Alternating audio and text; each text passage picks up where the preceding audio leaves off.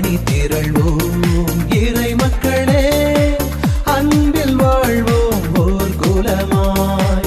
அனைத்தும் படைத்து அழைத்து காக்கும் அன்பு தெய்வம் அழைக்கின்றார்.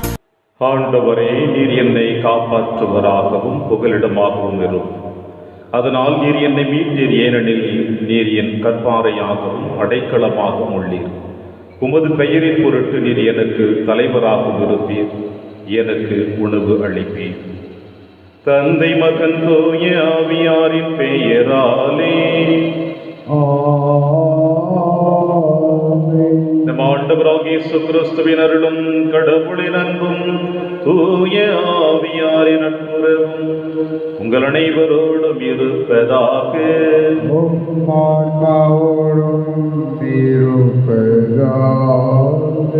கிறிஸ்தியேசுவில் பிரியமான மிக்க சகோதர சகோதரிகளே, திருப்பலியானது ஸ்டாண்டுடைய குடும்ப கருத்துக்காகவும் அவருடைய மகனுடைய படிப்பு வளர்ச்சிக்காகவும் மேலும் குடும்பத்தில் இருக்கின்ற கவலைகள் வேதனைகள் அனைத்தும் நீங்கும்படியாகவும் இந்த திருப்பலியானது வயலட் ஆசிரியை பெயரால் ஒப்பு கொடுக்கப்படுகிறது. திருப்பலி ஒப்பு கொடுக்க தகுதி பெறும் நம்முடைய பாவங்களை ஏற்று மனம் வருந்துவோம், இறைவனின் மன்னிப்பை பெறுவோம். எல்லாம் உள்ள இறைவனிடமும் சகோதர சகோதரிகளே, உங்களிடமும் நான் பாவியினை ஏற்றுக்கொள்கின்றேன். ஏனெனில் என் சிந்தனையாலும் சொல்லாலும் செயலாலும் கடமையில் தவறியதாலும் பாவங்கள் பல செய்தேன். என் பாவமே, என் பாவமே, என் பெரும் பாவமே. ஆகையால் எப்போது கன்னியான புனித மரியாவையும் வானதூதர் புனிதர் அனைவரையும் சகோதர சகோதரிகளே உங்களையும் நம் இறைவனாகிய ஆண்டவரிடம் எனக்காக வேண்டிக் கொள்ள மன்றாடுகின்றேன். எல்லாம் உள்ள இறைவன் நம்மை இரக்கம் வைத்து நம் பாவங்களை மன்னித்து நம்மைகளை வாழ்விற்கு அழைத்து செல்வதாக. ஆமென். ஆண்டவரே இரக்கமாயிரும். ஆண்டவரே இரக்கமாயிரும். கிறிஸ்துவே இரக்கமாயிரும். கிறிஸ்துவே இரக்கமாயிரும். ஆண்டவரே இரக்கமாயிரும். ஆண்டவரே இரக்கமாயிரும். மன்றாடுவோமாக. இறைவா, உண்மையும் நேர்மையும் உள்ள நெஞ்சங்களில் நீர் குடிகொள்வதாக உறுதி அளித்தீரே. எங்கள் உள்ளங்களில் தகுந்தவாறு ஏற்றவாறு நாங்கள் வாழ எங்களுக்கு அருள்வீராக. உம்மோடும் தூய ஆவியாரின் ஒன்றைப்பில் இறைவனா என்றென்றும் வாழ்ந்து ஆட்சி செய்கிற எங்கள் ஆண்டவர் இயேசு கிறிஸ்து வழியாக உம்மை மன்றாடுகின்றோம். காயின் தன் சகோதரன் ஆபேலை கொன்றான். தொடக்க நூலில் இருந்து வாசகம். பிரிவு 4 உட்பிரிவு 1 முதல் 15 மற்றும் 25 முடிய. அந்நாள்களில் ஆதாம் தன் மனைவி ஏவோளுடன் கூடி வாழ்ந்தான். அவள் கருவுற்று காயினை பெற்றெடுத்தாள். அவள், ஆண்டவர் அருளால் ஆண் மகன் ஒருவனை நான் பெற்றுள்ளேன் என்றாள். பின்பு அவள் அவன் சகோதரன் ஆபேலை பெற்றெடுத்தாள். ஆபேல் ஆடு மேய்ப்பவனானான், காயின் நிலத்தை பண்படுத்துவன் ஆனான். சில நாள்கள் சென்றன. காயின் நிலத்தின் பலனிலிருந்து ஆண்டவருக்கு காணிக்கை கொண்டு வந்தான். ஆபேலும் தன் மந்தையிலிருந்து கொழுத்த தலையீறுகளை கொண்டு வந்தான். ஆண்டவர் ஆபேலையும் அவன் காணிக்கையையும் கனிவுடன் கண்ணோக்கினார். ஆனால் காயினையும் அவன் காணிக்கையையும் அவர் கனிவுடன் கண்ணோக்கவில்லை. ஆகவே காயின் கடும் சினமுற்றான். அவன் முகம் வாடியது. ஆகவே ஆண்டவர் காயினிடம், நீ ஏன் சினமுற்றிருக்கிறாய்? உன் முகம் வாடியிருப்பது ஏன்? நீ நல்லது செய்தால் உயர்வடைவாய் அல்லவா? நீ நல்லது செய்யாவிட்டால் பாவம் உன்மேல் வேட்கை கொண்டு உன் வாயிலில் படுத்திருக்கும். நீ அதை அடக்கி ஆள வேண்டும் என்றார். காயின் தன் சகோதரன் ஆபேலிடம், நாம் வயல்வெளிக்கு போவோம் என்றான். அவர்கள் வெளியில் இருந்த பொழுது காயின் தன் சகோதரன் ஆபேலின் மேல் பாய்ந்து அவனை கொன்றான். ஆண்டவர் காயினிடம், உன் சகோதரன் ஆபேல் எங்கே என்று கேட்டார். அதற்கு அவன், எனக்கு தெரியாது, நான் என்ன என் சகோதரனுக்கு காவலாளியோ என்றான்.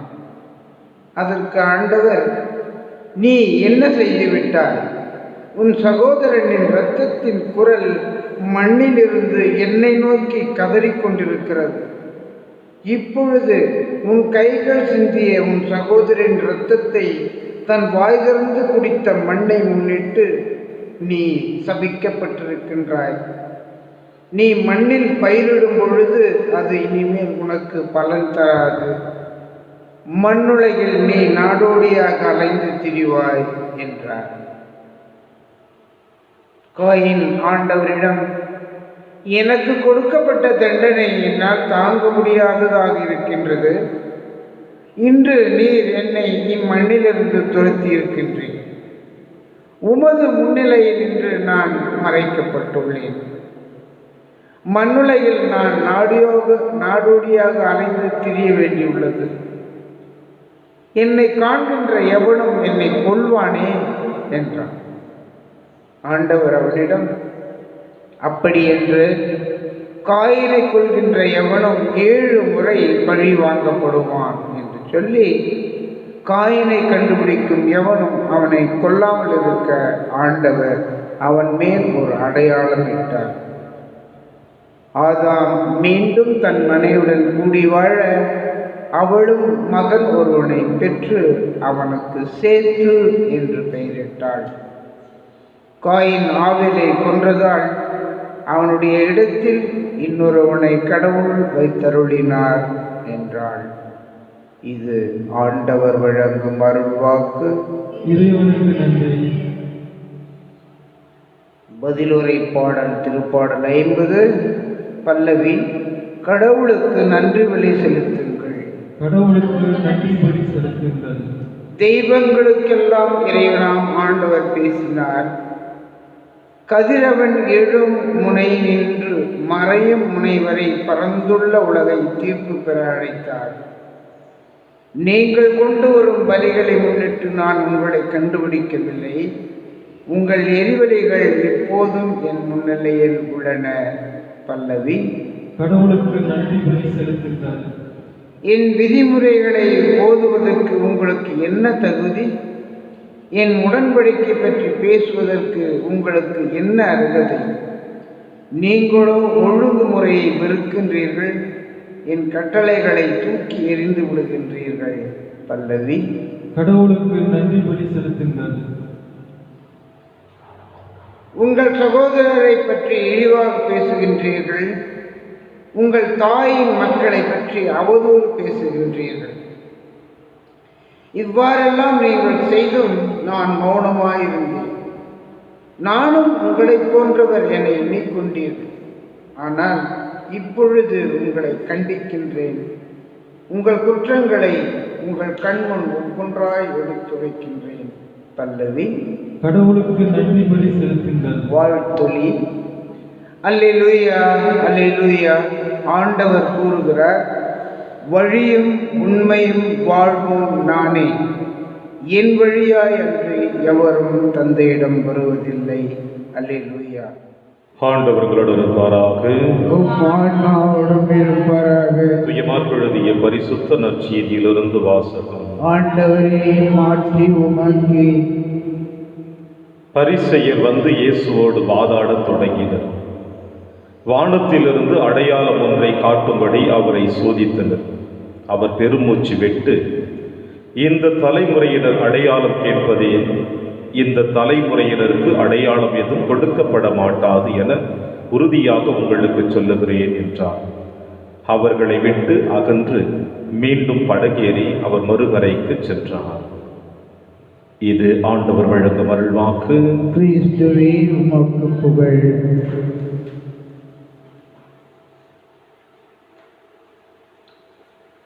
இந்த தலைமுறையினர் அடையாளம் கேட்பது ஏன்? கிறிஸ்து இயேசுவில் பிரியமான மிக்க சகோதர சகோதரிகளே, தமிழிலே ஒரு சொல்லாடல் நாம் காணுகின்றோம்.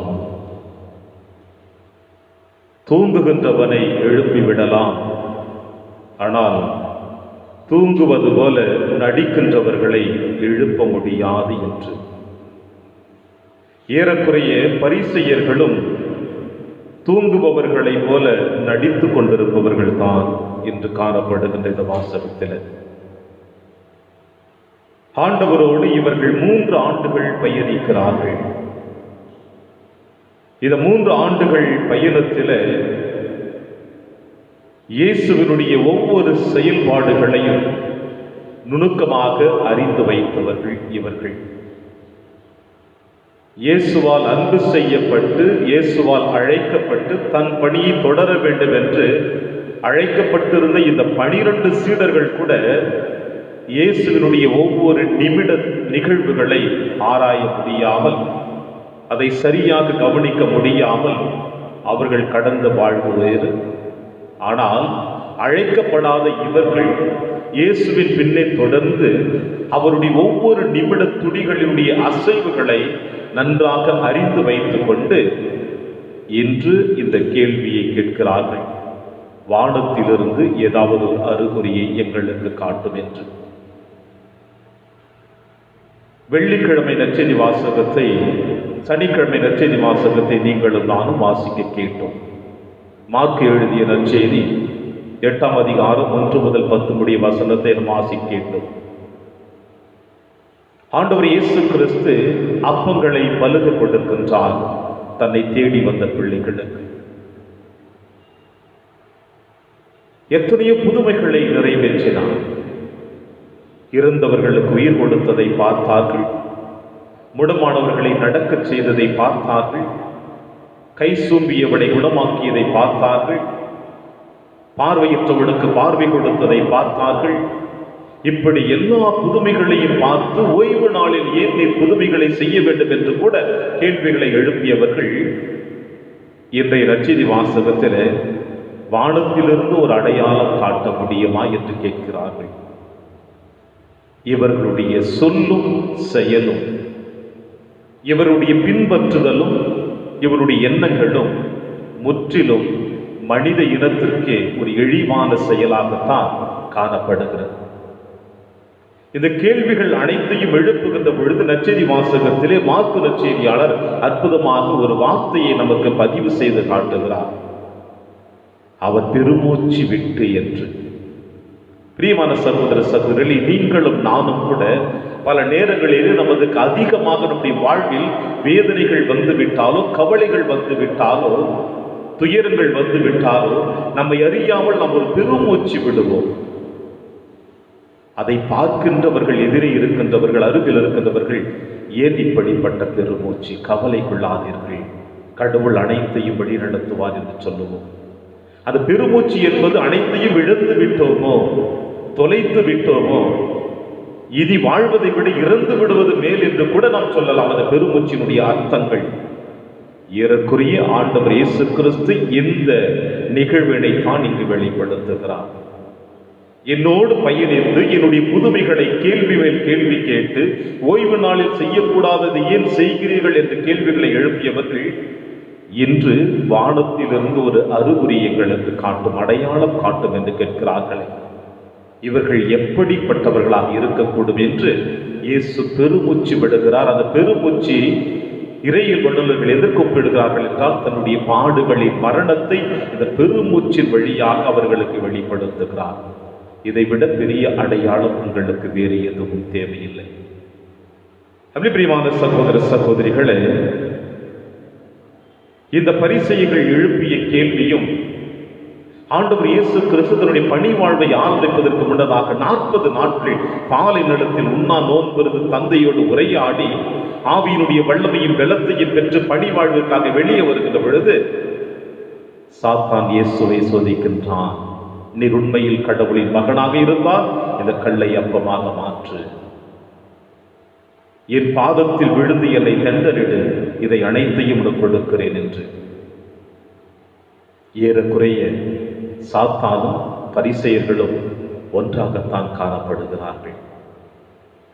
சாத்தானுக்கு நன்றாக தெரியும் இயேசு இறைமகன் என்று. எனவேதான் அசுத்தாவிகளை விரட்டுகின்ற பொழுது அந்த அசுத்தாவிகள் சொன்ன வார்த்தை, நீர் யார் என்பது எங்களுக்கு தெரியவே, நீர் உண்மையுள்ள கடவுளின் மகன், எங்களை வதைக்கவா வந்தீர் என்று சொன்னதே. அப்படி தெரிந்த சாத்தான் தான் பாலினத்திலிருந்து வெளியே விழுகின்ற பொழுது, நீர் உண்மையில் கடவுளின் மகனாக இருந்தால் இந்த கல்லை அப்பமாக மாற்று. வானத்திலிருந்து எங்களுக்கு அறிகுறி காட்டும். பரிசேயர்களும் இந்த கேள்வி எழுப்புகிறார்கள். ஏறக்குறைய இவர்கள் ஒளியின் மக்கள் அல்ல, இருளின் மக்களாக இருந்து இயேசுவை சோதிக்கிறார்கள். உன் கடவுளாகிய ஆண்டவரை சோதியாதே. இயேசு எந்த அளவுக்கு சாத்தானை விரட்டினாரோ அதே போல பரிசேயர்களிடம் எந்த விதமான பதிலையும் கொடுக்காமல் அவர்களிடமிருந்து அகன்று போகிறார். பிரியமான சகோதர சகோதரிகளே, இந்த நற்செய்தி வாசகத்தோடு இன்றைய காலகட்டங்களில் நான் ஒப்பிட்டு பார்க்கின்ற பொழுது, இன்றைய காலகட்டங்களிலே திருச்சபையில் காணக்கூடிய ஆன்மீகம் ஒரு புதுமைகளை காணக்கூடிய ஆன்மீகமாகத்தான் காணப்படுகிறது. என் கஷ்டங்கள், என் துன்பங்கள், என் நோய்கள், என் கடன் தொல்லைகள் இவை அனைத்தும் தீர வேண்டும் என்றால் இயேசுவின் திருமுன்னிலையிலே மண்டியிட்டு கதறி எழுதிவிட்டு அந்த புதுமைகள் நிறைவேறிவிட்டால் இயேசு கிறிஸ்து உண்மையுள்ள கடவுள் என்று சொல்லுகிறார்கள் எத்தனையோ மனிதர்கள். புதுமைகளை நிறைவேற்றுவதற்கு மட்டும் இயேசு இந்த மண்ணுலகில் வரவில்லை. புதுமைகளை நிறைவேற்றுவதற்கு மட்டும் இயேசு நற்கருணையில் வீற்றிருக்கவில்லை. மாறாக நம்முடைய ஆன்மீகத்தை பலப்படுத்தி என்றும் நாம் தவறான பாதையில் கடந்து செல்லக்கூடாது என்பதற்காகவும், சாத்தானுடைய பிள்ளைகளாக வாழ்ந்துவிடக்கூடாது என்பதற்காகவும், நம்முடைய ஆன்மா மீண்டுமாய் இறைவனிடம் சென்றடைய வேண்டும் என்பதற்காகவும் தான் மகன் இந்த மண்ணுலகிலே மனிதனாக பிறந்தார். புதுமைகளை மட்டும் நிறைவேற்றுவதற்கல்ல. ஆனால் இன்றைய காலகட்டத்தில் கத்தோலிக்க திருச்சபையிலே காணக்கூடிய ஆன்மீகம் புதுமைகளை காணக்கூடிய ஆன்மீகமாக இருக்கிறது. மிகவும் வேதனைக்குரிய தருணம். புதுமைகளை நிறைவேற்றிவிட்டால் இயேசு உயிருள்ள கடவுள், இல்லை என்றால் அவர் உயிரற்ற கடவுள். எங்கிருந்து வந்தது இந்த கேள்விகள்? இவை அனைத்தும் சுயநலத்திற்காக வருகின்ற கேள்விகள். எனவே பிரியமான சகோதர சகோதரிகளை, நாம் ஆலயத்திற்கு வருகின்றோம், ஆன்மீகத்தில் வளர்ந்து கொண்டிருக்கிறோம் என்றால் நம்முடைய வாழ்க்கையிலே புதுமைகள் மட்டும் நிறைவேற வேண்டும் என்று இயேசுவை நம்பி வருகின்றோமா? அல்லது உயிருள்ள கடவுள் உங்களையும் என்னையும் என்றும் பாதுகாத்து வழிநடத்துவார், நம் தேவைகளை நிறைவேற்றுவார் என்ற நம்பிக்கையோடு வந்து கொண்டிருக்கின்றோமா?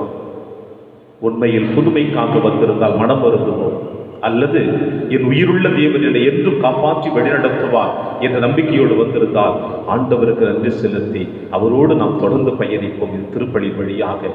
அப்பொழுது இறைவன் உங்களையும் என்னையும் நிறைவாக ஆசீர்வதிப்பார். ஆமென்.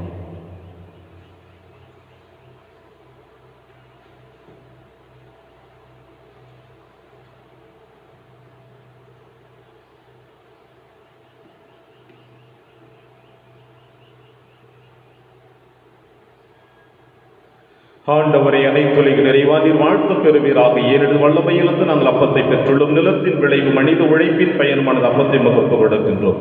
இது எங்களுக்கு வாழ்வழிக்கும் அப்பமாக மாறும். இறைவன் என்றென்று வாழ்த்து பெறுவாராக.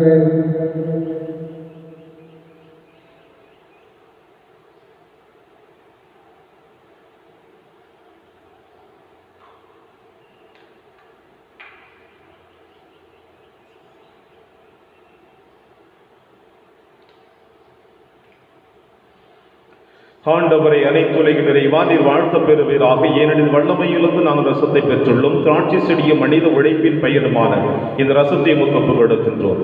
இது எங்கள் ஆன்மீக வானமாக மாறும். இறைவன் என்றென்றும் வாழ்த்து பெறுவாராக.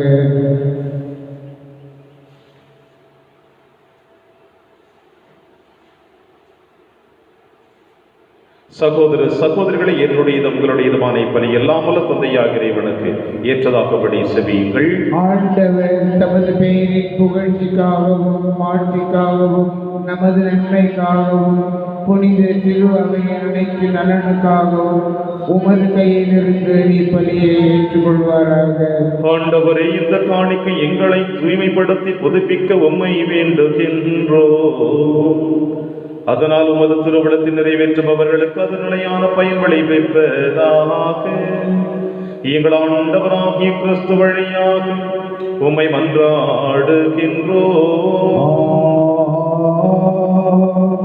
ஆண்டவர்களோடு இருப்பாராக. இதயங்களை மேலே எழுப்புங்கள்.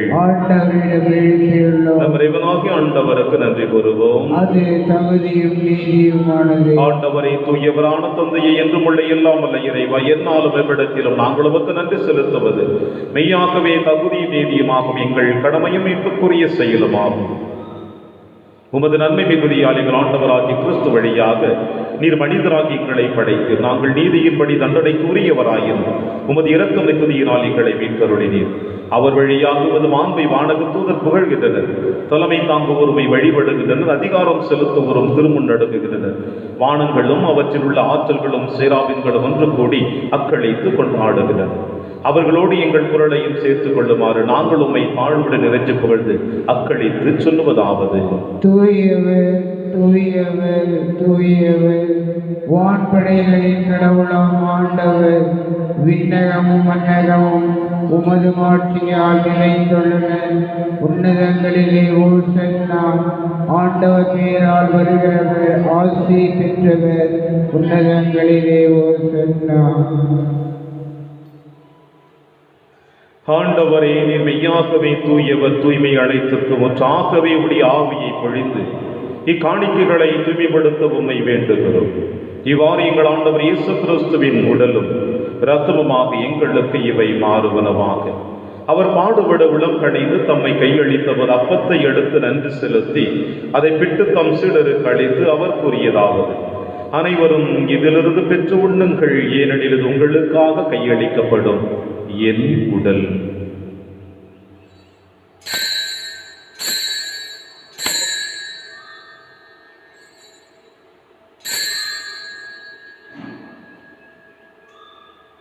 அவனமை இரவு விருந்தை அருந்திய பின் கிண்ணத்தையும் எடுத்து மீண்டும் நன்றி கூறி தம் சீடர்களுக்கு அளித்து அவர் கூறியதாவது: அனைவரும் இதிலிருந்து பெற்று பருகுங்கள், ஏனெனில் இது புதிய நிலையான உடன்படிக்கைக்குரிய என் இரத்தத்தின் கிண்ணம்.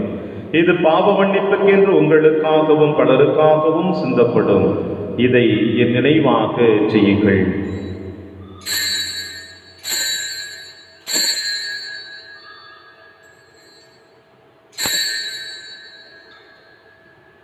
நம்பிக்கையின் மறைபொருள். ஆண்டவரே, நீர் வருமளவும் உமது இறப்பினை அறிக்கையிடுகின்றோம், உமது உயிர்ப்பினையும் எடுத்துரைக்கின்றோம். ஆகவே ஆண்டவரே, நாங்கள் கிறிஸ்துவின் இறப்பினையும் உயிர்ப்பினையும் நினைவு கொண்டு வாழ்வு தரும் அப்பத்தையும் மீட்பளிக்கும் கிண்ணத்தையும் எமக்கு கொடுக்கின்றோம்.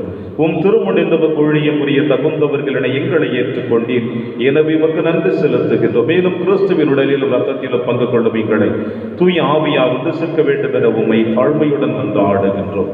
ஆண்டவரை, உலகெங்கும் பரவி இருக்கும் திரு அவை நினைவு கூர்ந்தருளும். எங்கள் திருத்தந்தை பிரான்சிஸ், எங்கள் ஆயர் ஆண்டனி சுவாமி, எல்லா திருநிலையினர் ஆகிய அனைவருடன் திரு அவை அன்பில் நிறைவு பெற செய்தருளும். மேலும் உயிர்த்தெழும் எதிர்நோக்குடன் துயில் கொள்ளும் எங்கள் சகோதர சகோதரிகளை இறந்தோர் அனைவரையும் இரக்கத்துடன் நினைவு கொண்டு திருமுக வழியில் ஏற்றருளும்.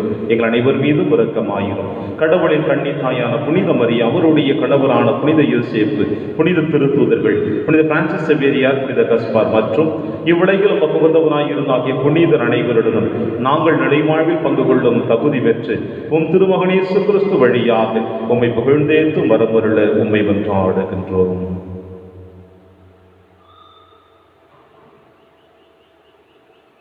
இவர் வழியாக இவரோடு இவரில் எல்லாம் நல்ல இறைவனாகிய தந்தையே, தூய ஆவியாரின் ஒன்றைப்பில் எல்லா புகழும் மாட்சியும் என்றென்றும் உமக்கு உரியதே.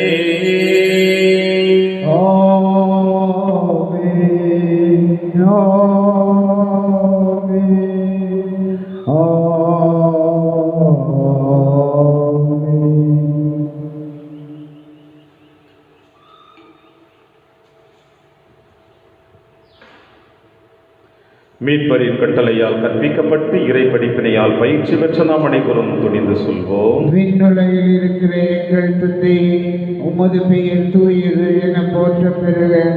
உமது ஆட்சி வருக. உமது திருவுளம் விண்ணுலகில் நிறைவேறுவது போல மண்ணுலகிலும் நிறைவேறுக. எங்கள் அன்றாட உணவை இன்று எங்களுக்கு தாரும்.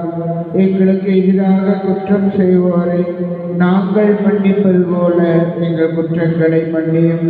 எங்களை சோதனைக்கு உட்படுத்தாதேயும், தீமையிலிருந்து எங்களை விடுவித்தருளும். ஆண்டவரே, தீமை அனைத்திலுமிருந்து எங்களை விடுவித்து எங்கள் வாழ்நாளில் அமைதியை கனிவுடன் அருளும் வென்றாடுகிறோம். உமது இரக்கத்தின் உதவியாளர்கள் பாவத்திலிருந்து எப்பொழுது விடுதலை பெற்று யாதொரு கலக்கமும் என்று நலமாய் இருப்போமாக.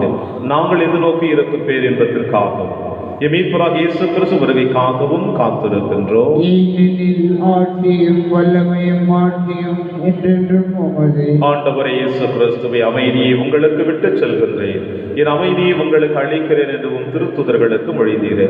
எங்கள் பாவங்களை பாராமல் திரு அவையின் நம்பிக்கையை கண்ணோக்கி உமது திருவுளத்திற்கேற்பதற்கு அமைதியை முற்றும் அளித்துள்வீராக. என்று வாழ்ந்து ஆட்சி செய்கின்றவர் நீரே. ஆமென். ஆண்டவருடைய அமைதி உங்கள் அனைவரோடும் என்றும் இருப்பதாக. ஒருவருக்கொருவர் உறவின் வாழ்த்தை அறிவித்து மகிழ்வோம். சமாதானம். உலகின் பாவங்களை போக்கும் இறைவனின் செம்மறியே, எங்கள் மேல் இரக்கமாயிரம். உலகின் பாவங்களை போக்கும் இறைவனின் செம்மறியே, எங்கள் மேல் இரக்கமாயிரம். உலகின் பாவங்களை போக்கும் இறைவனின் செம்மறியே, எங்களுக்கு அமைதியை அளித்தருளும்.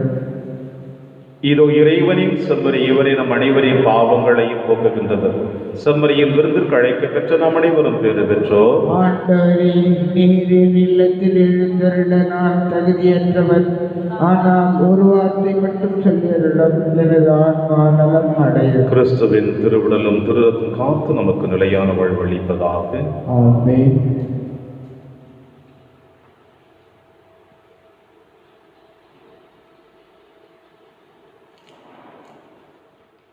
கிறிஸ்துவின் ஆன்மாவே என்னை புனிதமாக்கும். கிறிஸ்துவின் திருவுடலே என்னை மீட்டருளும். கிறிஸ்துவின் திருத்தமே எனக்கு எழுச்சியூட்டும். கிறிஸ்துவின் விழாவின் தண்ணீரே என்னை கழுவிடுமே. கிறிஸ்துவின் பாடுகளே என்னை தேற்றிடுமே. ஓ நல்ல இயேசுவே, எனக்கு செவிசாயும்.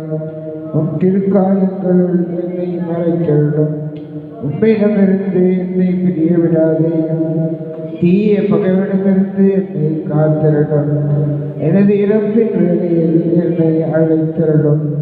உம்மிடம் வர எனக்கு கட்டளையிட்டருளும். புனிதர்களோடு எக்காலமும் உம்மை புகழ செய்யும். ஆமென். தம் ஒரே மகன் மீது நம்பிக்கை கொள்ளும் எவரும் அழியாமல் நிலை வாழ்வு பெறும் பொருட்டு அந்த மகனையே அழிக்கும் அளவுக்கு கடவுள் உலகின் மேல் அருள் கூர்ந்தார். நன்றி கூறி மன்றாடுவமாக. ஆண்டவரே, இனிய விண்ணக விருந்தால் ஊட்டம் பெற்று நாங்கள் உம்மை வேண்டுகின்றோம். அதனால் உண்மை வாழ்வை அளிக்கும் உணர்வு மீது நாங்கள் என்றும் ஆவல் கொள்ள செய்வீராக.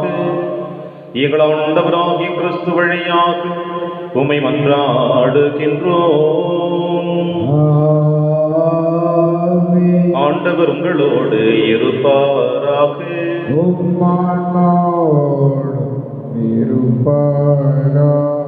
இல்லாமல் இறைவன் தந்தை மகன் தூயாவியார் உங்கள் அனைவரையும் நிறைவாக ஆசீர்வதிப்பாராக. சென்று வாழுங்கள், திருப்பலி நிறைவேறிற்று. இறைவனுக்கு நன்றி.